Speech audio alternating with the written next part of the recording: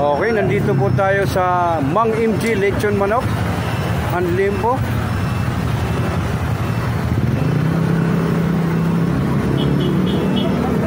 Sino pong gustong kumain ng manok na lechon at saka limpo, pwede na dito lang matatagpuan sa Lamuan ba ito? Lamuan, di ba? Lamuan. Lamuan. Okay, ito po. Ito pong mga price list nila. Yan po.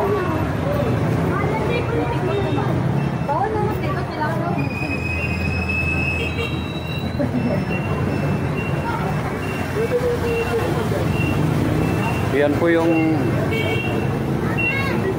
buhay ni sir. Matagal na po ba kayo nagtitinda sir dito? Pwesto ito?